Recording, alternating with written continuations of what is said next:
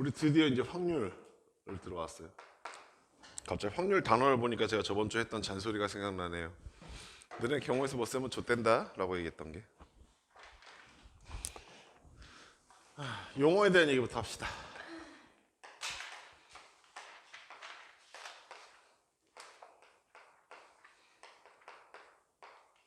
시행이라고 하는 단어가 등장해요. 간지러워. 일단 거기 책에 써져 있는 내용 한번 읽어보시면 같은 조건에서 반복할 수 있고 그 결과가 우연에 의해서 결정되는 실험 또는 관찰을 시행이라 한다라고 했는데 응? 뭐? 가위바위보도 하나의 시행이죠. 가위바위보로 하는 행위. 그러니까 그 결과가 우연이나 아니면은 우연에 의해서 그 결과가 결정되는 것. 그러니까 가위바위보를 할 때 뭐 의도해서 뭐 이런 거 빼고요. 트라이얼이라고 하는 거거든요.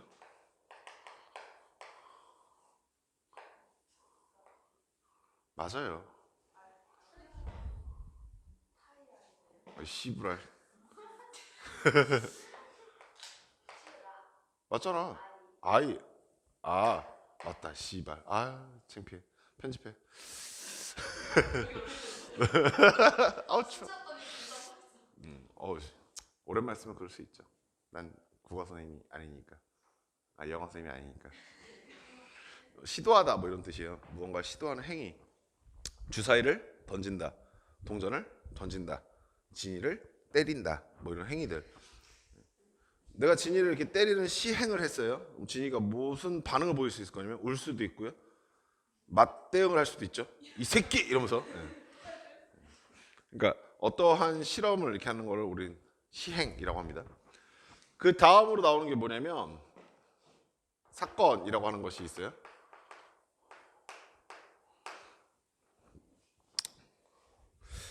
사건이라는 것은요 어떤 의미를 갖고 있냐면 이 시행을 하고 난 다음에 결과들이 이벤트라고 하는 것들인데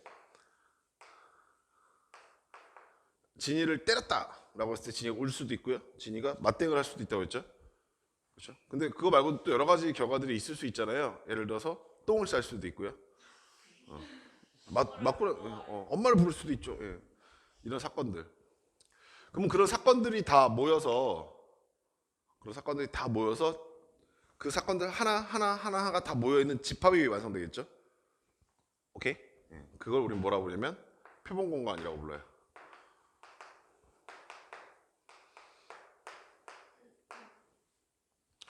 표본 공간은 어떤 시행에서 일어날 수 있는 모든 집합의 결과라고 지금 적혀져 있을 건데 내가 이러한 시행을 했을 때 나타나는 사건들이 다 모여 있는 겁니다. 그래서 어떤 사건의 전체 집합을 의미하게 돼요. 그러다 보니까 너희가 어떤 행위가 좀 익숙하게 느껴지실 거냐면 우리가 집합에서 했었던 행위가 확률에서 반복된다라는 느낌을 받으실 거예요. 실제로 집합의 심화 단원이에요. 이상수학의 첫 번째가 집합이라고 했었잖아요. 그 다음이 이제 이게 심화돼서 들어온 게 확률입니다. 보통 우리가 쓸 때 집합의 전체 집합 뭐라고 썼었죠? U라고 썼었잖아요. 얘는 표본 공간. U는 뭐의 약자였는지 기억나세요? 유니버스의 약자였었거든요. 얘는 스페이스의 약자였어. S라고 보통 많이 씁니다. 예? 넓이 아니냐? 뭐 슈퍼맨이라고 안 한 게 다행이죠. 꼭 하나의 문자가 하나의 의미로 고정되어 있는 건 아니니까요. 넓이 쓸 때도 S자 많이 쓰죠. 그때 이 사건이라고 하는 개념은 어떤 개념이 되냐면요. 예를 들어서 우리가 전체 집합이 1과 2와 3이 있었어요. 이렇게 얘기하잖아. 그때 이 1과 2와 3을 가지고 만들 수 있는 집합들이 있었죠. 우린 거기서 뭐라고 하냐면 부분집합이라고 했었잖아요. 그 부분집합의 개념이 정확하게 사건이에요. 왜 그러냐면 꼭 1과 2와 3을 원소를 각각 표현할 필요는 없어요. 저 사건은. 예를 들어서 진이가 내가 때렸더니 울면서 똥을 쌀 수도 있는 거죠. 예. 아니면 맞대응하면서 엄마를 부를 수도 있는 거죠. 엄마! 막 이러면서. 갖고 이 사건에 의미하는 거는요. 부분집합의 의미를 갖고 있다는 것도 기억을 해두시면 돼요. 그럼 각각 원소를 나타내고 싶을 때도 있을 거 아닙니까? 각각의 원소들. 그럼 걔네들을 지칭하는 용어도 따로 있겠죠. 그걸 뭐라고 하냐면 근원사건이라고 얘기합니다. 표본 공간을 이루고 있는 각각의 원소 하나하나라고 돼 있어요. 여기 정의 뭐라고 되냐면 한 개의 원소로 이루어진 사건이라고 돼 있죠. 한 개의 원소로 이루어져 있는 사건. 얘도 사건 중에 하나입니다. 왜 다르다고 하냐면 이 근원 사건이라는 건 정확하게 확률에서 이름을 갖고 있어요. 발생하는 빈도가 같아야 돼요. 무슨 말이냐면 예를 들어서 이런 거 한번 봐봅시다. 주사위를 던지는 시행을 했어요. 주사위를 던졌어요. 주사위를 던지는 시행을 하면 나타나는 사건은 뭐가 있어요? 2이 나타날 수도 있어요. 2가 나타날 수도 있고요. 3, 4, 5, 6이 나타날 수도 있죠. 여기서 이제 사심은 섞지 마세요.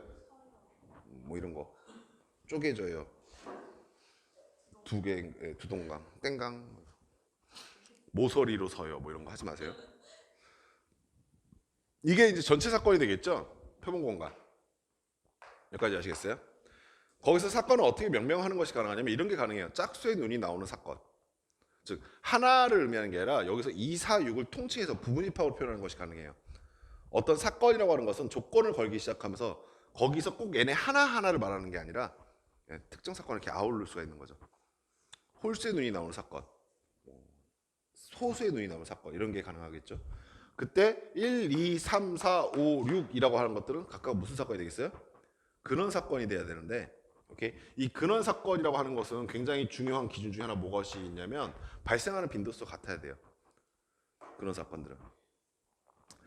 주사위를 던졌을 때 1이 나올 확률은 직관적으로 알 수 있어요. 얼마입니까? 6분의 1이요. 6번 중에 한 번은 나올 것이다. 그렇죠? 3이 나오는 사건도 예. 그런 사건을 말할 수 있는 것들은요. 발생하는 빈도가 같아야 돼요. 어떤 사건인지 아시겠어요? 오케이. 그 중에서 주사위에 눈을 던졌더니 4 이상의 눈이 나오는 사건. 얘도 사건이죠. 그렇죠. 근데 4 이상의 눈이 나오는 사건은 확률이 어떻게 되겠어요? 전체 6가지 중에서 4가지. 아니 뭐야? 2가지. 예. 그렇죠. 2가지. 4 이상이니까. 3가지인가요? 아, 그럼 요 이상. 2가지. 이런 식으로 확률이 달라질 수가 있는 거죠. 그래서 그런 사건이냐 아니냐의 차이는 발생 빈도수가 동일하냐 아니냐에 따라서 나눠지기 시작합니다. 그러면서 자연스럽게 우리가 집합에서 했었던 것들이 이제 그 다음에 또 등장해요. 책에 있는데 굳이 뭐. 제가 지금 여기에도 개념 써준 거 아니에요? 그냥 함축된 용어 같은 걸 써준 거죠. 책에 있는 거 보시면 한 개의 원소에 이루어진 사건이라고 하면서 거기다 플러스 이 정도만 기억해주세요. 발생 빈도가 같다. 각각의 원소들은. 그래야 근원 사건을 말할 수 있다. 이것도 한번 봐볼까요? 얘랑 마치 제일 이렇게 근원 사건을 이해하기 되게 좋은 것 중에 하나 뭐가 있냐면 윷놀이 아시나? 요즘 이거 잘 안 하는데. 우리 좀 있으면 설날이잖아. 윷놀이를 언제 하냐고요? 이제 이럴 상황까지 온 겁니까? 윷놀이를 언제 하는지도 모르는 상황까지? 설날 때 해요. 안 하셨어요 한 번도? 우리 난주는 설날 때 뭐 합니까 그럼? 아 설날이 언제냐고요? 개소름 돋는다. 네, 우리 다음 주에 수업 없어요. 네, 다음 주에 화요일부터 일요일까지 수업 없었으면 좋겠다. 아씨, 야왜 너네가 나보다 수업하는 걸 좋아해? 너네는 되게 막 거부해야지. 아 쉬어요 막 이랬어야지. 그러니까 다음 주 금요일 안 오죠? 일요일 안 오는 거야? 금요일 와야 돼요? 왜요? 진짜요? 연휴예요. 응. 아 진짜요? 왜 금요일 안 쉬어요? 그럼 너네가 반항했어야죠. 아 그런 게 어딨어요? 설날 때 수업하는 거 어디다 신고할 거라고 막 협박했어야죠. 빨리 하세요. 아 진짜 이래서 열심히 하는 애들 가르치면 피곤하다니까. 아 수업은 중요해서 해야 돼요?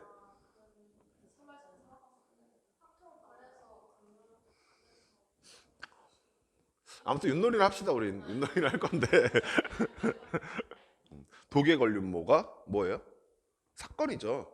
그러니까 애들이 윷놀이 했을 때 전체 사건 표본 공간이 어떻게 해야 되라고 이렇게 많이 얘기해요. 도, 개, 걸, 윷, 모라고 얘기를 하거든요. 그렇죠? 요거 잘 보세요. 우리 주사위 같은 거 워낙 직관적이어서 직관적이어서 왜? 아, 백도 백도는 지역색이 있는 거기 때문에 빼겠습니다. 예.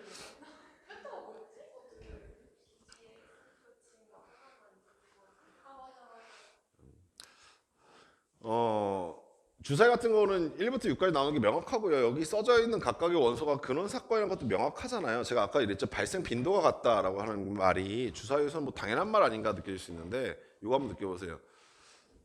윷놀이를 했을 때 사건들은 독에 걸린 모가 있다라고 쓸 수 있죠. 쓸 수 없는 건 아니에요. 그런데 독에 걸린 모가 발생 빈도가 같습니까? 달라요. 만약에 같다고요?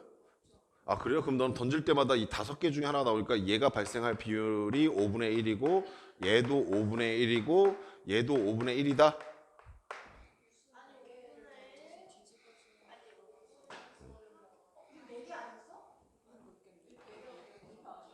그러니까 이런 것도 한번 생각해 보세요. 예. 야 여기 봐 그냥 야 나 봐 그냥 됐어 너네한테 맡기는 거 아니야 이거. 난주가 대학 갈 확률 얼마입니까? 난주가 대학 갈 확률.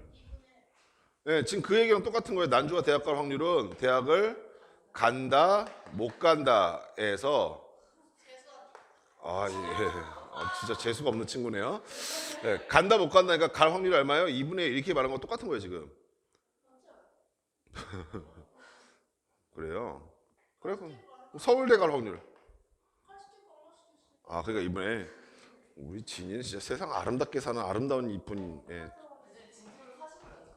진심을 사심을 안 섞는 게 아니라 진짜 생각을 멈춘 것 같아요.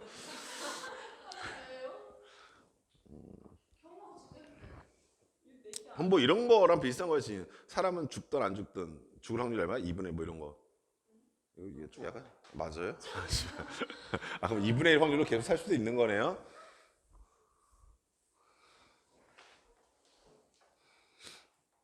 이번 중간고사에서 진이가 1등을 받을 확률은? 받던 안 맞던?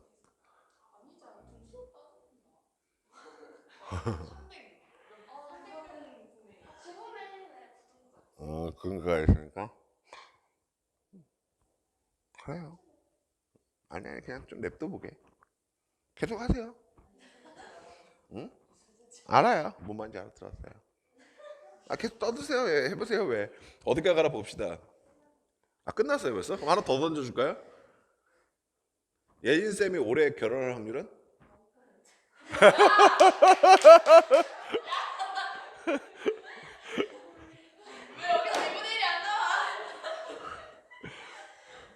잔인한 사람이야. 아 대학은 알겠는데 연애는 모르겠다. 사람 이름 모르는 거다.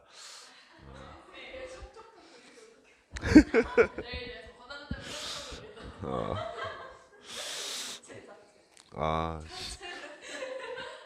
거의 뭐 저주급이잖아요. 나 대학은 가도 너 결혼을 못한다. 엄청나네요. 예. 이거 아니라는 건 느껴지세요? 이거 5분의 1 아니라는 거? 왜 아니에요라고 하시면 잘 봐 지금부터 이걸 정확하게 이해하시면 확률이 재밌어요. 그런 사건을 빠르게 파악하면 확률이 재밌거든요. 윷놀이가 뭐냐면 이 윷이라고 하는 이렇게 생긴 이렇게 이렇게 생긴 윷가락이라는 거 몇 개를 던지는 거예요? 4개를 던지는 거예요. 우리 윷놀이에 대한 고찰을 좀 합시다. 윷놀이 고찰.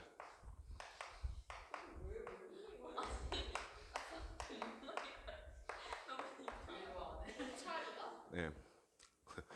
설마 고찰이라는 단어를 모르시는 건 아니죠?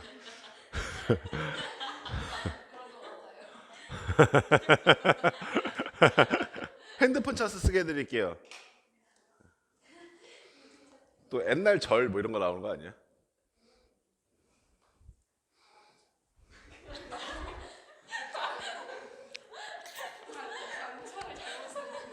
제가 고2 가르치는 거 맞죠?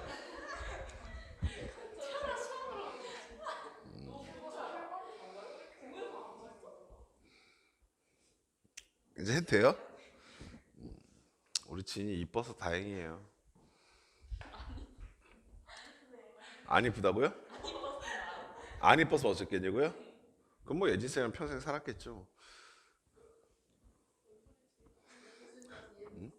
둘이서 이제 그 뭐야 마을 공동체 같은 데 들어가셔서 서로 의지하면서 감자 캐면서 사셨겠죠. 아 이러면 또 직업 비하 나오는 건가?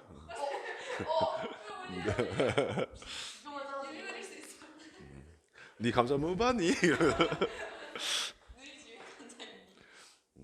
전 직업을 말한 게 아니에요. 둘이 감작해서 너네가 먹으란 얘기지. 그 윷놀이가 이런 육가락 몇 개를 던져요? 네 개를 던지잖아요. 그러면은 여기 있는 요 부분 이렇게 나오는 거를 우리가 등이 나왔다라고 보통 얘기를 하고요. 이게 뒤집어지게 되면 요렇게 배가 요렇게 된 상태를 배가 나왔다라고 해요. 그죠? 육가락 하나마다 등 또는 배가 나온다 이해하시겠어요?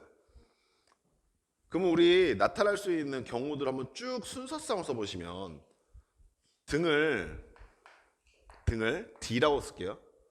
배를 B라고 쓸게요. 그러면은 당연히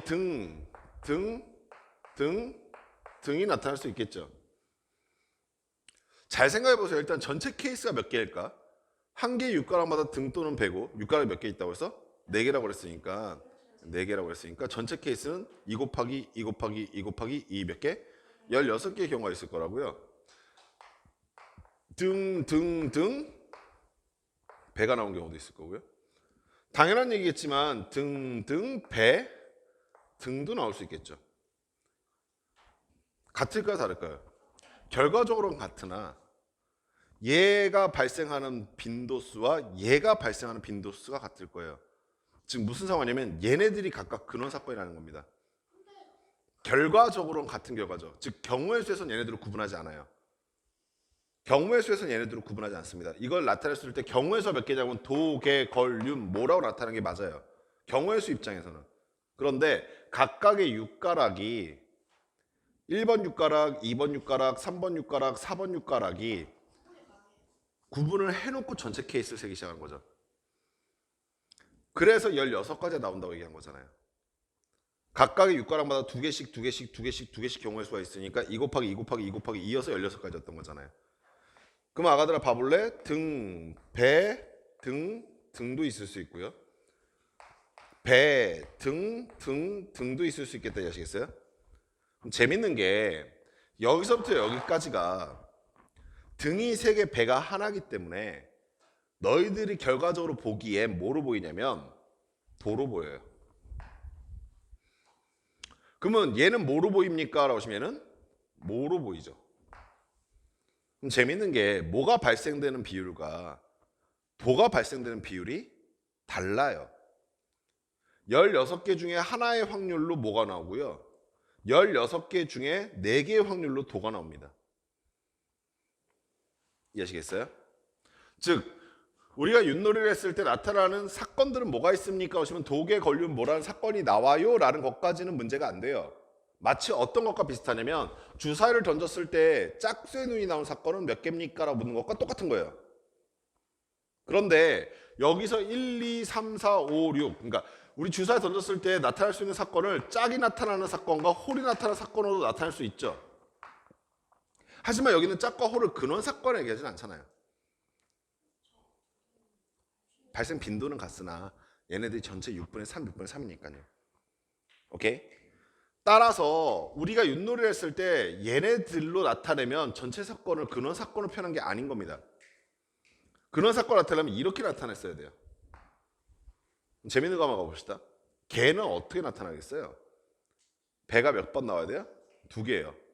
그러면 우리 서로 다른 육가락 4개 중에서 배가 나올 육가락 몇 개 선택하면 됩니까? 2개예요. 가봅시다. 배 1번, 2번 선택한 거죠. 또 뭐 선택할 수 있겠어요? 배.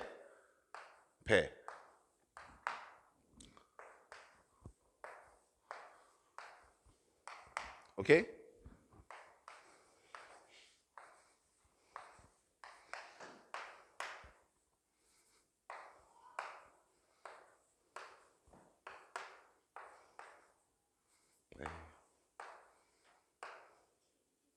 에휴. 뭐야? 나 뭐 빼먹었는데? 아니구나, 다 썼구나. 4개 2개 썼으니까. 실제로 예상대로 사시 이만큼 나왔죠? 6개. 그러면 개가 될 것은 전체 16가지 경우 중에 몇 개 있다는 얘기예요? 6개요. 실제로 개가 더 자주 나와요, 도보다. 어떤 사람인지 아시겠어요? 뭐가 나올 확률, 거리 나올 확률은 어떻게 되겠어요? 그렇죠. 4개 중에 3개가 등이 나오면 되죠. 배가 나오면 되잖아요. 4C 3이에요. 4C 1과 똑같을 거고요. 써보시면 배배배 등 몇 개 나오겠어요? 4개 나오겠죠. 어떤 게 등이냐의 싸움인 거예요. 그래서 거리 나올 확률이 얼마라고요? 16분의 4. 유시 나올 확률이 얼마예요? 그렇죠. 배배배배 16분의 1일 거라고요. 확률적으로만 따지면 뭐가 나올 확률과 유시 나올 확률이 같아요. 거리 나올 확률과 도가 나올 확률이 같고요. 개가 나올 확률이 제일 높았다는 거죠. 어떤 상황인지 아시겠어요? 그런데 왜 선생님 개가 제일 조금 가는 게 아니라 도가 제일 조금 가고 왜 거리 더 많이 가요? 라는 게 의문인 거죠. 자, 우리가 할 거는 고찰이잖아요. 여러분들 이번 설날 때 풍요로운 설날 보내시라고. 뭐 어차피 멀리 못 가실 거 아닙니까? 우리 애기들. 집에서 주무시는 엄마 아빠 깨우셔서 사기윷놀이를 시작해 봅시다. 사기윷놀이. 뭐가 나오는 게 좋아요? 뭐가 나오는 게 제일 좋아요? 뭐가 나오는 게. 그렇죠? 이게 제일 좋아요. 그렇지 않겠어요? 인생은 모걸유수로 이루어져 있죠. 오, 씨부래?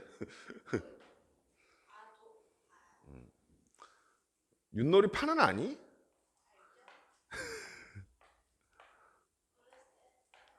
그랬어요? 뭘 안다고 깝쳐. 이렇게 생긴 윷놀이파이잖아요. 보통 여기가 시작이죠. 그래서, 그래갖고 여기로 도착해 일로 꺾을 수 있고 여기 도착해 일로 빠질 수 있죠. 여기서 일로 한 발 갈 수 있는 게 뭐죠? 여기서 일로 갈 수 있는 게 걸. 여기서 한 발에 들어올 수 있는 게 유시잖아요. 그리고 아시다시피 6과 뭐가 나오면 한 번 더 돌리죠.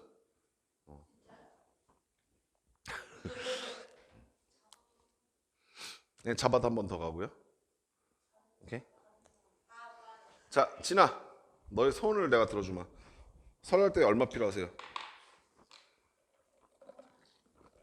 5만 원. 자, 여러분들 제가 지금부터 5만 원을 벌게 해드릴 테니까 잘 들으세요. 사람은 똑똑해야 잘 먹고 잘 살아요. 잘 봐. 5만 원. 여러분들이 아마 설날 때 많이 놀기 힘들 거예요. 근데 오랜만에 설날인데 또 부모님 오랜만에 만나고 또 엄마 아빠 보면서 애교 떨고 할 거 아닙니까? 적절한 윷놀이를 할 때 적절한 금액은 해판 수는 제가 봤을 때 3판에서 5판 사이예요.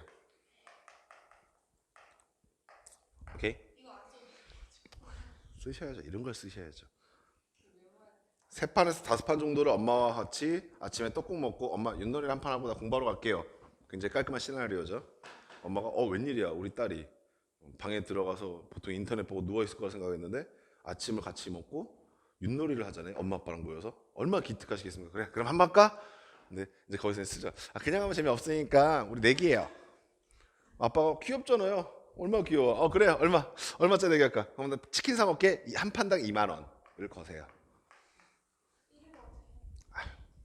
잘 들어 지금부터.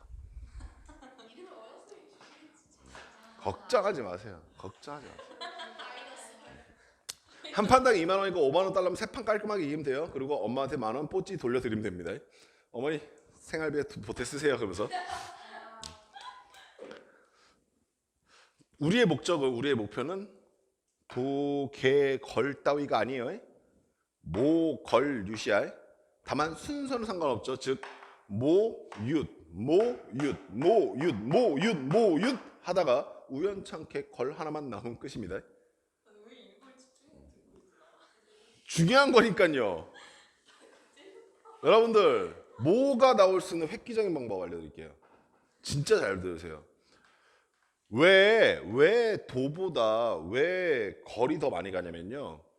배가 나올 확률이 클까 등이 나올 확률이 클까요? 배가 나올 확률이 훨씬 더 커요. 이유가 왜요? 라고 하시면은 지면에 닿는 면적이 얘는 여기죠. 근데 지면에 닿는 면적이 얘는 여기예요. 주황색 면적분의 보라색 면적의 비만큼 얘가 나와요. 이 말 아시겠어요?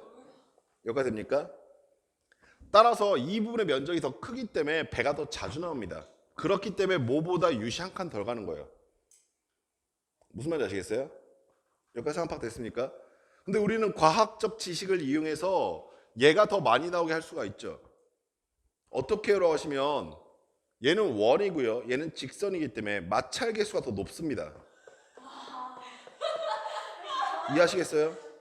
마찰 개수를 이용하려면 우리가 해야 될 물리적 시행은 굴리기입니다. 뭔 말인지 아시겠어요? 굴러가다가 도달하는 순간 마찰 개수가 극대화되기 때문에 멈춰버려요. 그래서 실제로 이걸 눈치채신 집안은 굴리기 금지라는 게 있어요. 그걸 이용하는 겁니다.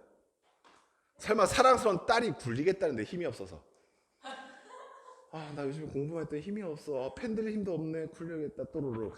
뭐네? 힘이 없어. 또르륵. 뭐네? 또르륵. 뭐네? 여러분, 윷놀이에서 말 몇 개를 집어넣으셔야 돼요? 4개를 집어넣으셔야 돼요.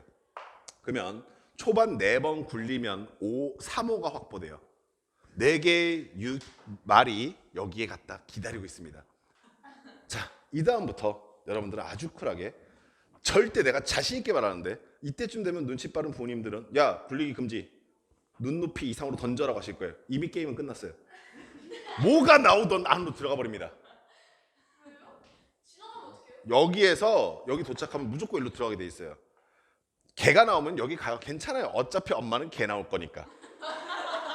어차피 아빠는 걸 나올 거니까 나는 안에 피해 있으면 상관없어요. 부모님은 똥줄이 타기 시작하죠. 저거 잡아야 되는데, 저거 잡아야 되는데. 제가 여기서 힌트 하나 더 드릴게요. 만약 평상시에 제가 부모님의 신뢰를 별로 못 받고 있는 그런 불우한 집안이다, 난 친구들을 위해서 한 판당 12만 원 거세요. 한 번에 사기는 강하게 치고 빠지는 겁니다. 한 방에 그냥. 엄마 20만 원 내게 하시죠? 근데 이거 되게 중요한 얘기예요. 실제로 뉴스에도 나왔던 얘기예요. 뭔 개소리하고 앉았냐. 여기까지 하셨죠? 예. 저한테 고마워 하셔야 돼요. 이거 지워야지. 신성한, 이거 편집하게끔 편집점을 만들어줘야 돼요. 자, 갑시다. 네. 우리 다시 신성한 수학으로 돌아와서 근원사건이라는 얘기 아시겠어요? 모르겠네.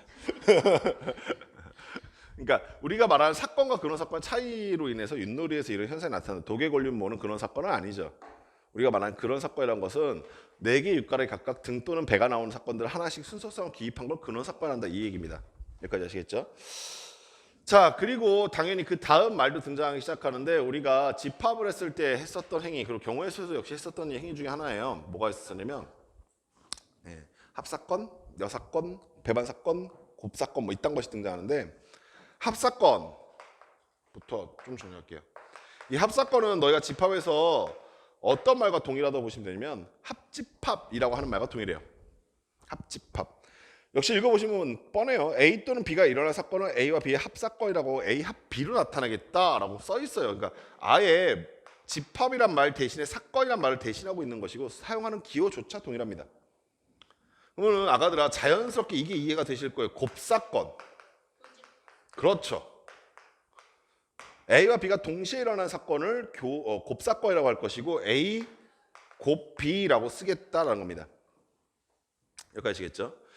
그러면서 또 자연스럽게 찾는 단어가 하나 더 있어요. 여사건이라는 말도 자연스럽게 잡혀요. 여기까지는 집합에서 했었던 것과 다를 게 없죠. 사건 A가 일어나지 않는 사건을 A의 여사건 이렇게 하면서 A의 여사건 이렇게 쓰겠다는 거예요. 여기까지 다 똑같은데 이제 좀 뭔가 싱숭생숭한 새로운 용어가 하나 등장해요. 그게 뭐냐면 배반사건.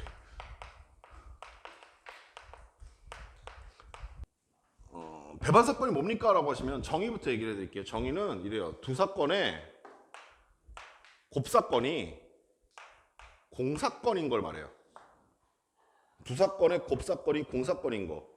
두 사건의 곱사건이 공사건인 거 말하는데, 이거 어디서 많이 봤던 기호 아니에요? 집합에서 실제로 이런 상태의 두 집합을, 그렇죠, 서로 얘기하죠.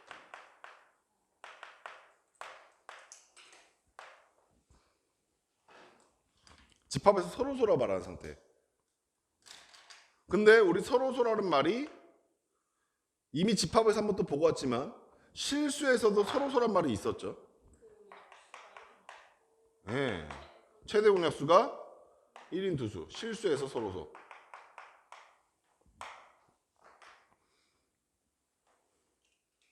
이게 이제 사람 미치게 하죠. 이름은 얘네들이 같아요. 근데 뜻은 얘네들이 같아요. 얘네들이 이름이 같고요.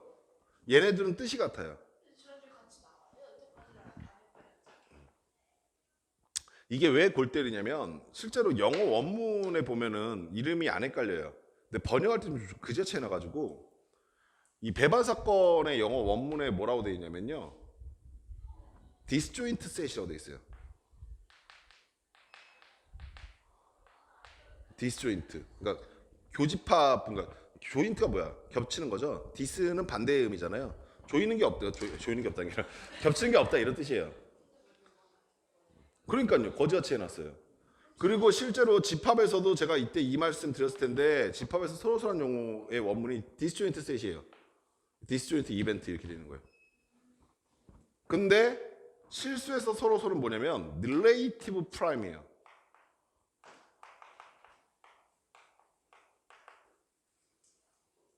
relative는 서로 상호적인 서로서로라는 뜻이거든요.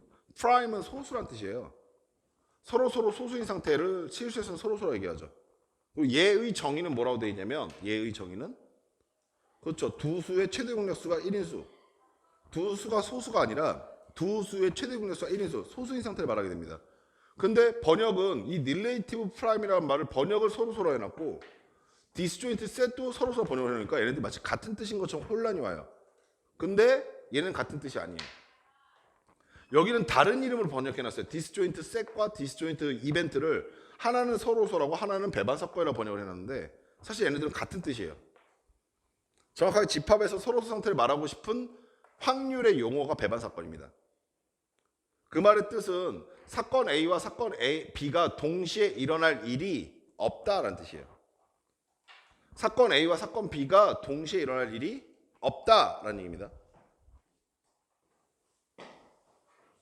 저 말도 사실 틀린 말이에요. 그죠?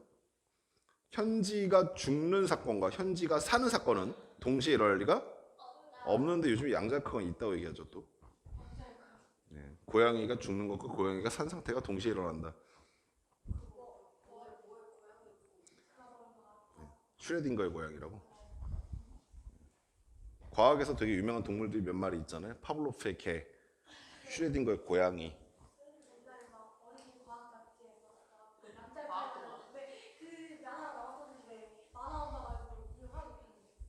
자, 요거 연습합시다. 봐보세요. 지금 용어 정리하는 거니까. 배반 사건은 뭐라고요? 네, 집합에서 서로 상태를 말하고 있다. 그냥 한글로 읽으시면 이렇게 읽으셔야 됩니다. 우린 점점 확률에서 가장 중요한 건 수식을 한글로 읽고 한글을 수식으로 바꾸는 행위가 되게 중요해져요. A 사건과 B 사건이 동시에 일어날 수 없다. 주사를 던졌더니 짝수의 눈이 나오는 사건과 홀수의 눈이 나오는 사건이 있는데 짝수의 눈이 나오는 사건과 홀수의 눈이 나오는 사건은 동시에 일어날 수 없다. 그러면 짝수가 나오는 사건과 홀수가 나오는 사건은 서로 배반 사건 관계다. 오케이? 당연하게도 배반 사건입니까? 라는 질문에 답을 하려면 사건 A와 사건 B, 즉 사건이 몇 개 정의돼야 돼? 2개가 반드시 명시돼야 돼요. 예를 들어서 진이가 똥을 싸는 사건은 배반 사건입니까? 라고 물어보게 되면 이건 질문이 잘못된 겁니다. 질문이 잘못된 거예요. 사건 하나를 말해주면서 이게 배반 사건이냐 물어보면 이건 질문이 잘못된 겁니다. 배반 사건인지 아닌지를 판단하려면 배반 사건인지 아닌지를 판단하려면 사건이 몇 개가 명시돼야 된다? 2개가 명시가 돼야 돼요. 이해하시겠어요? 자, 그럼 잘 봐. 진이가 똥을 싸는 사건과 내가 밥을 먹는 사건은 배반 사건입니까? 여기서 너네가 가끔 사심이 들어가기 시작해요. 네, 여기서. 그죠? 설마 진이가 똥 싸는데 사람이 밥을 먹겠어? 이런 거. 그죠? 네. 먹을 수 있다고 지금 대답한 친구라. 그럼 내가 좀 더 먹을 수 없는 상황 만들어줄게요. 진이가 똥을 싸면서 진이가 밥을 먹어요.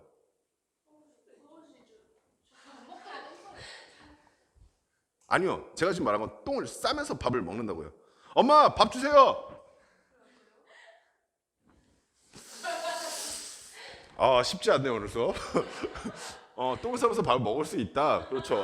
그게 물론 맞는데 제가 원하는 대답이긴 한데요. 이게 너무 자연스럽게 왜 안 돼요? 라고 물어보니까 제가 할 말이 별로 없어요. 이게 그러니까 여성으로서의 체면과 뭐 여고생으로서의 위신 같은 거는, 예, 그렇죠. 그게 먼저 나왔어야죠. 더러워. 이렇게 나왔어야 되는데, 뭐한데요? 예. 그러니까 제가 지금 수업을 하면서 이끌어가려고 하는 흐름과 굉장히 반대되는 상황이 마주친 거예요, 지금. 요즘 여고생은 그런 게 가능하구나. 아니요. 저희 학교에서 뜨기질해요. 똥 싸면서? 같이 차를 타자. 타임 가지고 갑자기 입이 세셔가지고. 제가 예전부터 느꼈는 건데, 남자와 여자는 같이 살아야 돼요. 제가 남고 나왔거든요. 네, 제가 남고 나왔는데 대학도 남대였죠. 그리고 군대 갔다 왔거든요. 그러니까 애가 변태가 되어 있더라고. 근데 전 저만 그런 줄 알았는데, 남자만 그런 줄 알았는데, 제가 애들 가르치면서 느끼는 건데 여고도 만만치 않아요. 예, 여고도 제정신은 아니더라고요.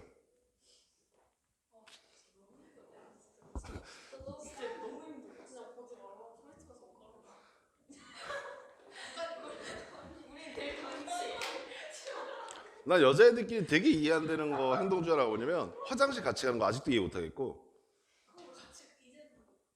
나 아직도 이해가 안 돼요. 그러니까 가끔 상상을 해보거든. 저 안에 들어가서 어떻게 배치하고 있을까? 초등학생 때 같이 들어갔어. 맞아. 초등학생 때 진짜? 있어요, 같이 가는 애들. 예, 카나안에 같이 들어가는 애들 있다니까요. 그죠? 이해 안 되죠? 그러니까요. 예, 진짜 있어요. 더 웃긴 건 뭐냐면, 전 그게 이해가 안 됐는데 같이 안 가준다고 애들끼리 싸우고 삐지고 그러더라고요. 예. 그래가지고 애들 가끔 상담하다 그딴 얘기하면 전혀 공감이 안 되는데 위로를 뭐라 해줘야 될지 모르겠어요. 네, 카나네. 네네. 있어요. 그리고 또 이해 안 됐던 게 뭐냐면, 바퀴벌레나 쥐 있잖아요. 이거를 남녀가 같이 있을 땐 무서워하는데, 예, 여고에 있을 때는 애들 행동 패턴이 다르대요. 아니요, 여고에서는 거기 히어로가 나온대요. 예. 이게 뭐라고? 뭐 이러면서. 예. 근데 되게 웃긴 게, 그런 애도 남녀가 같이 있을 땐 무서워요. 저 이게 이해가 안 돼요.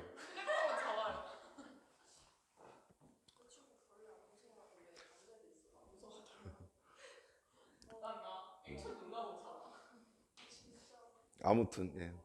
지금 그런 충격을 받았어요, 진이한테. 똥을 싸면서 왜 밥을 못 먹어? 그렇죠. 예, 먹을 수 있죠. 제가 원하는 대답이 그거였었어요. 예. 그러니까 그 두 사건은 배바 사건이 아니라고요. 오케이? 어떤 사람인지 아시겠어요? 근데 이제 이런 게 슬슬 생각이 들 거예요. 우리가 처음에 배울 때는 지금 보시는 바와 같이 주사위 하나 던지는 행위, 동전 하나 던지는 행위, 이런 거거든요. 근데 슬슬 이제 이거 확률을 계산하는 데 있어서 이런 상황이 나타나요. 아까 우리 윷놀이 잠깐 봤었잖아요. 윷놀이에서 근원 사건이 뭐냐는 걸 파악하는 건 생각외로 쉽지가 않아요. 그렇지 않겠어요? 윷놀이에서 근원 사건은 그래도 파악해 볼 만은 한데, 예, 우리가 보통 윷놀이 했을 때 나타난 결과로 보이는 거는 독에 걸린 모기 때문에, 독에 걸린 모가 사건 아니야? 근원 사건 아니야? 라는 착각이 일어나는 거죠. 근데 실제 그게 근원 사건이 아니었었잖아요. 우리 아까 전 이런 질문으로 돌아갑시다. 난주가 서울대를 갈 확률을 구하기 위해서, 예, 난주의 사건들을 지금부터 쓰기 시작하는 거예요. 무슨 말인지 되시겠죠? 그럼 일단 이런 생각은 드시죠? 난주가 서울대에 간 사건, 난주가 연세대 가는 사건, 난주가 고려대 가는 사건, 난주가 재수학원에 가는 사건, 뭐 이런 게 점점점 있지 않겠습니까? 그런데 문제는 뭐냐면, 그게 그냥 결과치만 놓고 봤을 때 걔네도 근원 사건이 아니라고요. 그렇지 않겠어요? 그 근원 사건을 파악하려면 순서상으로 각각의 값들이 얼마인지가 나와야 그 결과치가 보이는 거거든요. 어떤 생각이 들기 시작하냐면, 야, 이거 어떻게 계산하냐? 라는 생각이 들기 시작하죠. 이거 변수가 너무 많지 않냐? 제가 서울대 가려고 하면은 변수가 너무 많은 거 아니야? 난주가 안경을 썼다 벗었어도 하나의 변수가 될 거고, 똥을 싸면서 밥을 먹었는지 안 먹었는지도 하나의 변수가 될 건데, 예. 그 모든 변수를 어떻게 다 고려해서 애가 서울대 갈 확률을 계산할 수 있지? 힘들다는 거죠. 실제로 이렇게 확률을 계산하기 직관적으로 좋은 경우보다 확률을 계산하기 힘든 경우가 훨씬 더 많아요. 실제로 예전에 과학이 발달하기 전에는 남자 아이와 여자 아이가 어떻게 결정되는지 몰랐어요. 지금은 너희들도 다 알죠. 과학이 발달해서 남자 아이가 여자 아이가 결정된 이유는 성염색체가 XX냐 XY냐에 따라서 나눠진다. 그리고 그 성염색체가 XX냐 XY냐 나눌 수 있는 건 아빠의 정자로서 이루어진다. 이런 걸 배웠기 때문에 이제는 남자아이가 나타날지 태어날지 여자아이가 태어날지가 어떻게 결정되고 확률적으로 어떠한 결과가 나올 거란 것도 예상할 수가 있죠. 근데 옛날엔 몰랐다고요, 그걸. 그래서 어떻게 했냐면 삼신할머니한테 빌었죠. 씨발 남자 뭐 이러면서. 아니면은 뭐 생수 떠놓고 뭐 베개 밑에 칼 집어넣고 부적 쓰고, 아니면은 그때 당시에는 여성 인권에 대해서 굉장히 탄압했던 시기라 남자아이를 못 낳으면 막 여성한테 뭐라고 뒤집어 씌우고 남자 잘못이었는데 그렇지 않겠어요? 예. 그래서 영국의 어떤 산부인과 의사가 어떠한 행위를 했었냐면 아이가 어떻게 태어나는지 모르니까, 어떤 아이가 태어날지 모르니까 태어난 아이의 성별을 기록했어요. 남자네, 여자네, 남자네, 여자네, 이런 식으로 쭉 기록을 하다 보니 남자 아이 대 여자 아이의 비율이 55대 45 정도이구나 라는 것을 찾아낸 거예요. 어떠한 행위를 그냥 반복하다 보니 그 결과치를 기록함으로써 거꾸로 뭘 하고 있다? 확률을 계산하고 있다는 거죠. 이게 너희가 지금부터 앞으로 해야 될 행위입니다. 처음에는 확률을 계산할 거예요. 어떻게 해요? 전체 표본 공간 중에서 내가 원하는 사건, 내가 만족하는 사건들의 경우의 수를 세서, 즉 경우의 수분의 경우의 수를 확률을 계산하겠죠. 근데 결국에 이게 점점 복잡해져 가면 복잡해져 갈수록 확률을 계산하기 힘들어질 겁니다. 전체 경우의 수를 세는 것 자체가 힘들어지고 내가 원하는 특정 사건을 세는 게 힘들어지기 시작해요. 그럼 어떻게 할 거냐면 통계를 내겠다 이겁니다. 통계. 여태까지 왜 그런지 모르겠지만 너희들 선배들 중에 한 10명 중에 2명은 서울대 갔어 라고 한다면 너희들 이런 통계적 데이터를 이용해 볼 수 있는 거죠. 아, 그럼 나도 10명 중에 2등 안에 들어가면 서울대 가겠구나 라는 막연한 기대감을 갖기 시작하는 거예요. 이게 바로 통계를 이용해서 확률을 계산해 보자 라는 겁니다. 이 단원이 바로 통계적 추정이에요. 여러분들 확률과 통계가 가장 마지막 단원. 어떤 선인지 아시겠어요? 우리는 이러한 행위까지 갈 때까지 가장 첫 번째 용어부터 정리한 겁니다.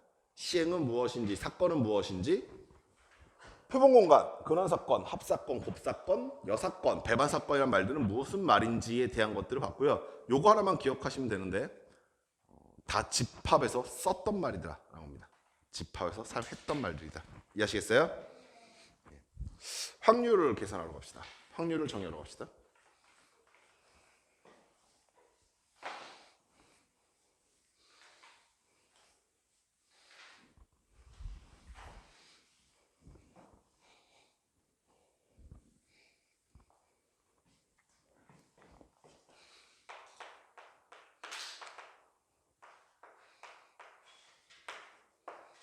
확률을 계산하는 방법은요, 총 3가지 방법이 있는데 하나는 수학적 확률이에요.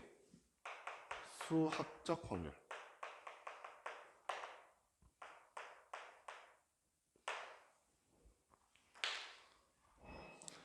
수학적 확률은요, 직관적인 확률이에요. 특별한 무언가가 아니어도 직관적으로 얼마겠구나 하는 게 느껴지는 겁니다. 예를 들어서 정육면체에서 각 면이 나올 확률은 얼마겠어요? 예, 6분의 1. 뭐 그거에 대해서 왜? 라고 하는 의문점 또는 진짜 주사위 정육면체를 굴려보지 않죠. 모든 면이 똑같이 나올 것이다라는 것이 직관적인 거죠. 이렇게 보통 앞으로 우리가 사용할 때 어떻게 많이 쓰냐면요, 보통 small p 보통 많이 씁니다. small p라고 많이 써요. 문제에서라고 나와 있는 거는요, 이 수학적 확률을 계산할 때 어떻게 계산할 수 있다라는 수식을 준 건데, 이 small p라고 쓰는 말을 이렇게 지금 책에서 써놨어요. 이 수학적 확률은 전체 경우의 수가 계산 가능하시는 거예요. 그래서 전체 사건을 아까 표본공간 S라고 했잖아. 그 S의 원소의 개수분의 A라고 하는 집합, 근데 여기서 지금 사건이라고 본다고 했죠. A라는 사건의 원소의 개수를 계산할 수 있으면 걔가 바로 A가 일어날 확률이 되는데, 그 A가 일어날 확률을 우리가 보통 probability A라고 해서 PA라고 씁니다. 그리고 우리가 앞으로 많이 줄였을 때 small p라고 많이 줄였어요. 전체 표본공간의 사건의 개수 중에 개수분의 사건 A의 개수, 사건 A의 원소의 개수를 우리는 확률 A라고 얘기하는데, 얘가 확률의 전부예요. 너네가 초반에 하는 확률의 전부입니다. 무슨 개소리냐면 확률을 구하세요라고 물어볼 거거든요. 그럼 너희는 이 행위를 하면 돼요. 전체 경우의 수를 센 다음에 사건 A의 경우의 수를 세면 돼요. 경우의 수 몇 번 세겠다? 2번 세면 돼요. 어떤 상황인지 아시겠어요?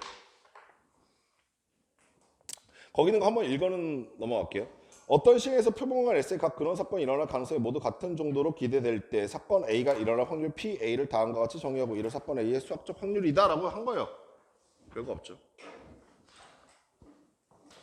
그 다음 말이 뭐가 있을 거냐면 통계적 확률이라는 말이 나올 겁니다.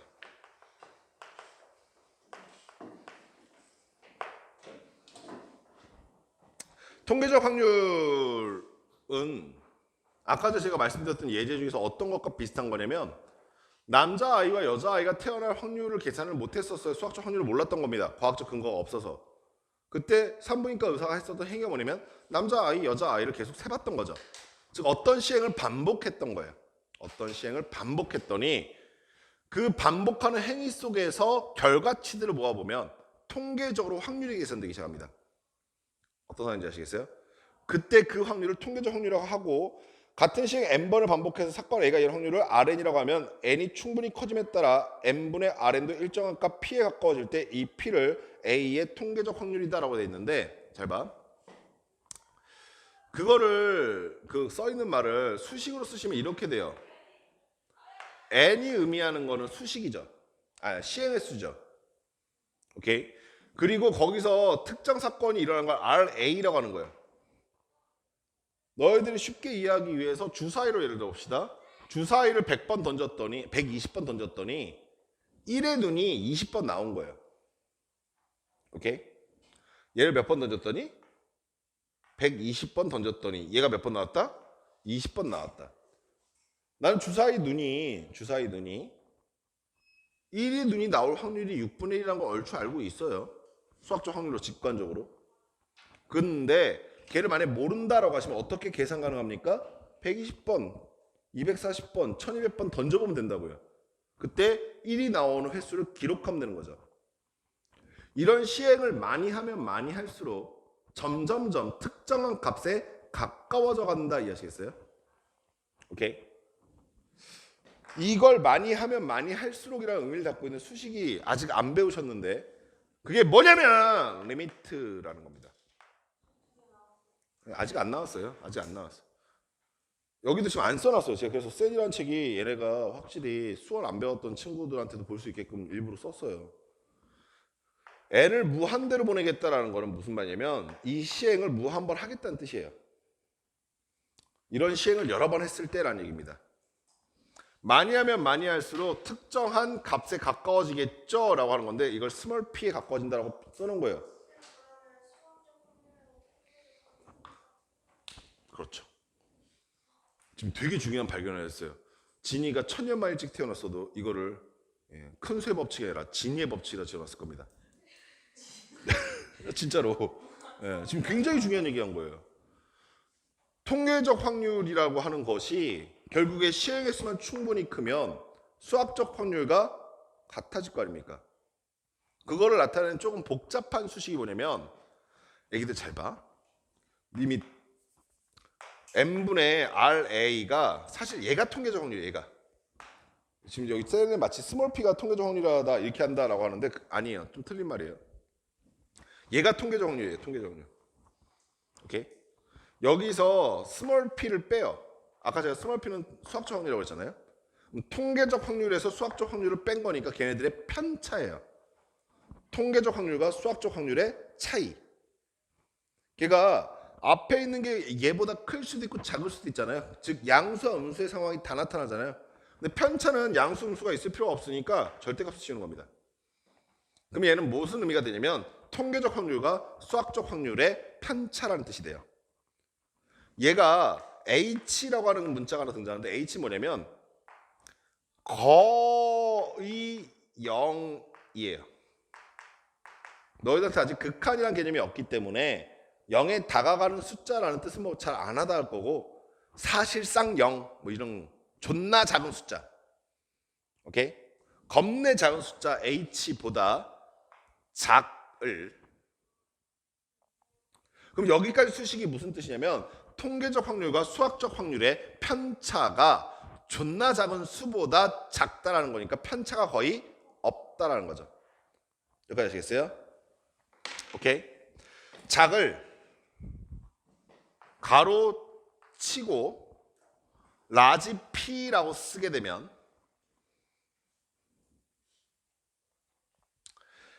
통계적 확률과 수학적 확률의 편차가 겁내 작은 수보다 작을 확률이란 뜻이죠.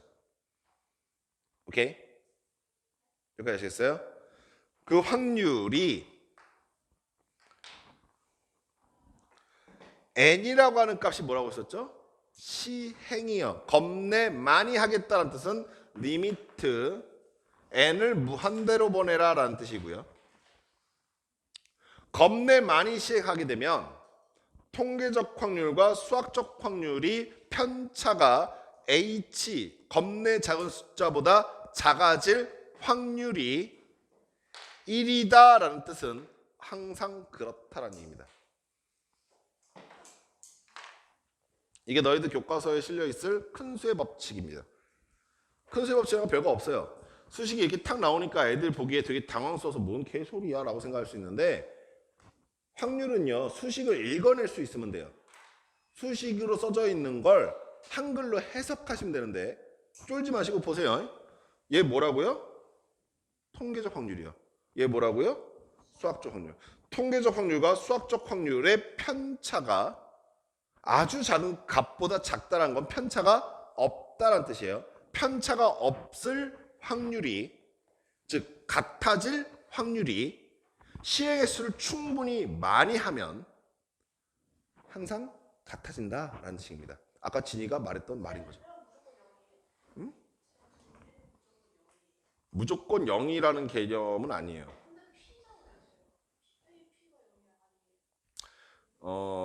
그러니까 지금 그 개념을 이해하기가 조금 애매해요. 이게 어떤 개념이 중간에 하나 있냐면요. 수 1에 보시면 수 2구나 수 2에서 보시면 극한이라는 단어가 나오는데 그 극한에서 리미트라는 게 나오면서 두 가지의 개념이 등장해요. 어떤 특정한 수에 다가가는 상태. 네, 수렴이라고 말하는 그 상태. 이게 뜻이 두 가지예요. 너희들 입장에서 되게 혼란스러울 수 있는데 숫자가 3이다라는 말이 있고요. 3에 다가간단 말이 있어요. 3에 다가간단 말은 3이 되진 못해요. never. 그러니까 뭐 이런 거죠. 네, 맞아요. 정성 같은 개념이에요. 예. 예. 하지만 그 차이가 그러니까 미미하다도 부족한 거죠. 차이가 적어. 뭐 이것보다 훨씬 더 없는 차이인 거예요. 차이가 있긴 하겠죠. 근데 차이가 엄청 미세하다는 거예요. 엄청 미세하다는 거예요. 엄청 미세하다는 거예요. 엄청 미세하다는 거예요. 엄청 미세한 거예요. 세포의 핵보다 그 핵의 세포의 핵보다 작은 거예요. 우리가 보통 얘기할 때 말하는 뭐 개미 똥꼬의 똥꼬보다 작은 거예요. 아무튼 그래서 통계적 확률이라는 게 등장합니다. 그러면서 우리가 요 큰 수의 법칙으로 말미암아 어떤 행위가 일어나는 거냐면 이런 행위로 해석하는 게 가능해지죠. 사실 제일 좋은 확률은 누가 보더라도 수학적 확률을 계산할 수 있으면 제일 좋아요. 수학적 확률을 계산하는 게 제일 좋은데 수학적 확률을 계산하는 게 항상 쉽지는 않아요. 아까 전에 말했던 것처럼 난주와 서울대 갈 확률 이런 거 수학적 확률 계산하기 힘들죠. 그래서 우리는 이걸 뭘로 보겠다? 통계적인 확률을 계산함으로써 걔를 수학적 확률로 대체하겠다라는 얘기가 되는 겁니다. 어떤 소리인지 아시겠어요? 네. 난주를 여러 번 보내보면 되는 거죠.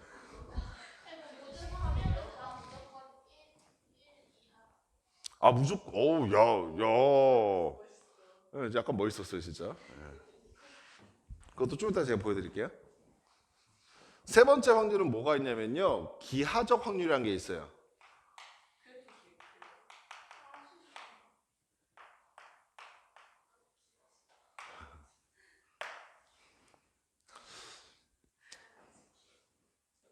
옛날 고대인들 같은 경우는 원의 넓이 이런 거 어떻게 계산했을까? 재봤다고요? 어떻게 재었을까요?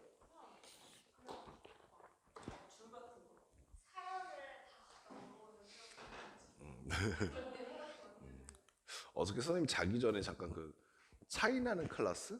라는 프로 혹시 아니? 네. 거기 차이나는 클래스에 그 미국의 그 어떤 박사님, 교수님이 오셔서 강의를 하더라고. 노봇공학자. 그 교수님께서 강의를 이렇게 하시면서 로봇 있잖아. 인간과 닮은 로봇들, 휴머노이드들을 뭘 만들었고 어디서 사용하고 이런 걸 막 만들면서 본인들이 이제 수업하는데 어떻게 회의를 하고 어떻게 문제 해결을 하는지에 대한 얘기를 좀 자랑스럽게 얘기하시더라고. 뭐라고 얘기하시냐면 자신들은 회의할 때 뭐 자유롭게 토론할 수 있게끔 한대. 자유롭게. 그래서 어떤 말도 그냥 막 할 수 있게끔. 그러면서 브레인스토밍이라고 하잖아요. 이렇게 뇌를 달군다. 그런 걸 하면서 창의적인 생각이 나올 때까지 그걸 한다는 거야. 되게 이제 막 그걸 부러워하는 패널들의 모습. 우와, 되게 좋겠다. 하면서. 여기를 보여주면 참 좋아할 것 같아. 브레인스토밍이 굉장히 자유롭게 일어나고 있어 지금. 뭐 싫다부터 시작해서 기하적 확률, 지금 내가 말했던 그 창의적인 내용들이 맞아요. 실제로 그 고대 파피루스에 어떤 게 기록이 돼 있냐면 이런 게 기록이 돼 있어요. 원이 이렇게 있잖아. 그 흰색 돌멩이 같은 걸로 이렇게 이 원을 가득 채워요. 거의 빈틈이 없게끔. 그리고 이 돌멩이들을 꺼내서 그 돌멩이들 가지고 다시 직사각형이나 또는 정사각형 모양을 바꾸는 거예요. 근데 직사각형 또는 정사각형 모양의 넓이는 계산할 수 있잖아요. 여기서 사용된 돌이 여기서 사용됐을 거니까 넓이가 같을 거 아닙니까? 이 넓이를 계산한다면 이 원의 넓이가 같을 거다 이런 식으로 계산하는 거죠. 예, 이 고대 파피루스에 기록이 돼 있대요. 이와 같은 방법으로 현대에서도 그런 것도 이용하는 게 있어요. 예를 들어서 원주율을 계산하고 싶을 때 원주율이 끝이 없는 무리수라는 거 알고 계시죠? 파이라고 하는 숫자가 이 파이의 끝을 알고 싶기 때문에 그걸 계산하기 위해서 뭘 이용하고 있냐면요, 한 변의 길이가 1인 정사각형 안에 내접하는 원을 그려놓고요. 내접의 샹갈. 예. 여기서 랜덤으로 계속 무언가를 쏘는 거예요. 팡, 팡, 팡, 팡, 팡, 팡, 팡, 팡, 팡, 팡, 팡, 팡, 팡, 팡, 팡, 계속 쏘는 거예요. 그러면 어떤 거는 정사각형 안에 다 들어갔겠죠? 어떤 거는 원 안에 들어갔겠죠? 그럼 얘에 들어가 있는 점의 개수 분의 얘에 들어가 있는 점의 개수를 쏘면 쏠수록 정확하게 비율을 알 수 있게 되잖아요. 원의 넓이가 반지름이 1인 원에서 원의 넓이가 얼마예요? 파이 걸랑요? 파이 r 제곱이니까. 그럼 우리 파이 값을 유추할 수가 있겠죠. 제가 지금 이용하고 있는 게 뭐냐면 면적을 이용하고 있다 아시겠어요? 기하적 확률이란 건 이런 걸 의미해요. 우리가 어떤 확률을 계산하는데 이 확률을 계산하는데 방금 전에 봤던 것처럼 경우의 수 반드시 세야만 하는 겁니까? 아니요. 셀 수 있으면 세고요. 상황에 따라서는 그냥 시행을 반복해도 돼요. 시행을 반복한 다음에 결과치를 기록해도 된다고. 이게 통계적 확률이라고요. 어떤 확률 같은 경우는 면적을 계산해도 괜찮다고요. 면적분의 면적으로서. 면적분의 면적으로서. 예, 요런 도형의 넓이를 이용함으로써 확률을 계산할 수도 있더라. 이게 이제 기하적 확률입니다. 우리가 확률을 계산하는 대표적인 세 가지 방법이 수학적 확률, 통계적 확률, 기하적 확률이고요. 우린 저 세 가지를 다 아울러서 통계까지 갈 겁니다.